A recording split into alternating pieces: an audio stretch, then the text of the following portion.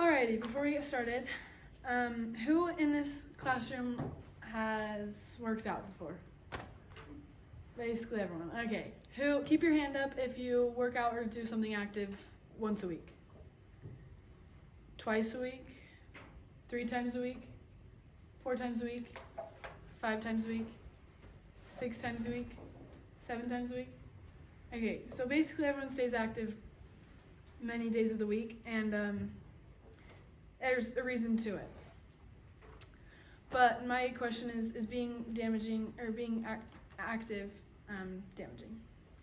Some of the positive effects of being active is mental health effects, and that's due to stimulating, because it is stimulating and it causes endorphins when you are exercising or being active in some way. It gets out any maybe negative feelings that you're dealing with, and it lets you kind of not think about anything while you're exercising or doing something active. You can maintain a healthy body and healthy weight, and it reduces disease and risks of diseases, and boosts your immune system. And these are just some pictures that I liked how it shows it is really good for your brain and just your mental health. Some negative effects. If you're working out too much, you're going to get muscle burnout. Your muscles are going to be sore, and if you're pushing yourself to the limit, you can tear and overuse those muscles and physically injure yourself.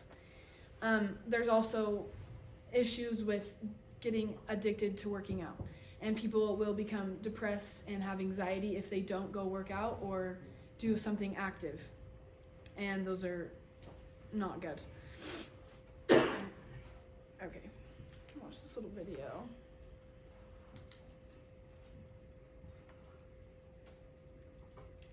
Mongolia. Oh great, And there's we Nat. are not.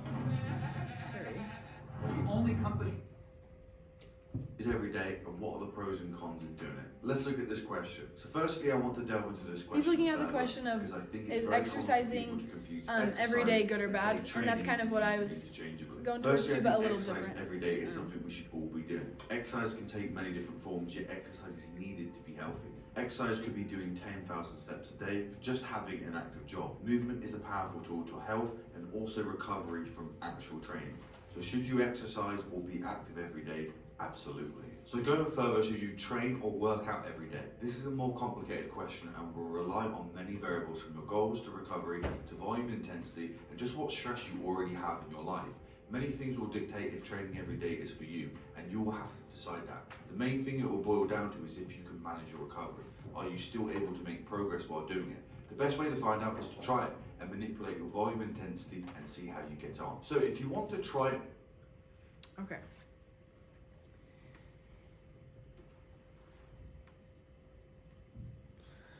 Could anyone, for a candy bar, explain to me high intensity and a couple forms of high intensity workouts? Anybody? Okay. I'll give it a shot. Isn't high intensity where your heart rate gets into the highest calorie burning zone? Yes, training zone. Okay. Yes. And one of them I know is HIIT workouts, which is intervals of going at your hardest and then resting, but your heart still stays in the high heart rate. Good. Here. Okay, and then for another candy bar, could someone explain to me low intensity workouts and a few examples of that? Yes. I think low intensity is kind of like yoga, because I think it can be kind of hard depending on how far you're pushing your body. And I feel like low intensity is something that still gets your heart rate moving, but it's not as intense and you're able to control it when you need to. Yes. Good. Yeah. Okay. So those are both great definitions. These pictures represent high intensity, just the very bottom one, HIIT workouts. The other one's heavy lifting weights, low reps, and heavy weight lifting. Some of my thoughts on this are, I think that for a longer and more sustainable thing for wanting to stay active every day is doing low intensity workouts and just keeping active in any way, just like walking or doing like yoga, stretching, things like that. They're just keeping your body moving, but that you're still staying active. These are low intensity, and the best solution is doing a mix of both. When you're younger, mixing in the high intensity workouts and also resting, but also doing low intensity for every day and kind of mixing those in between every week and changing up the types and different forms of working out too. And you can try many different ways to stay active. I really like this picture because it shows you can stay active with your kids and do different types of activities and still keep your body moving. And here are my citations.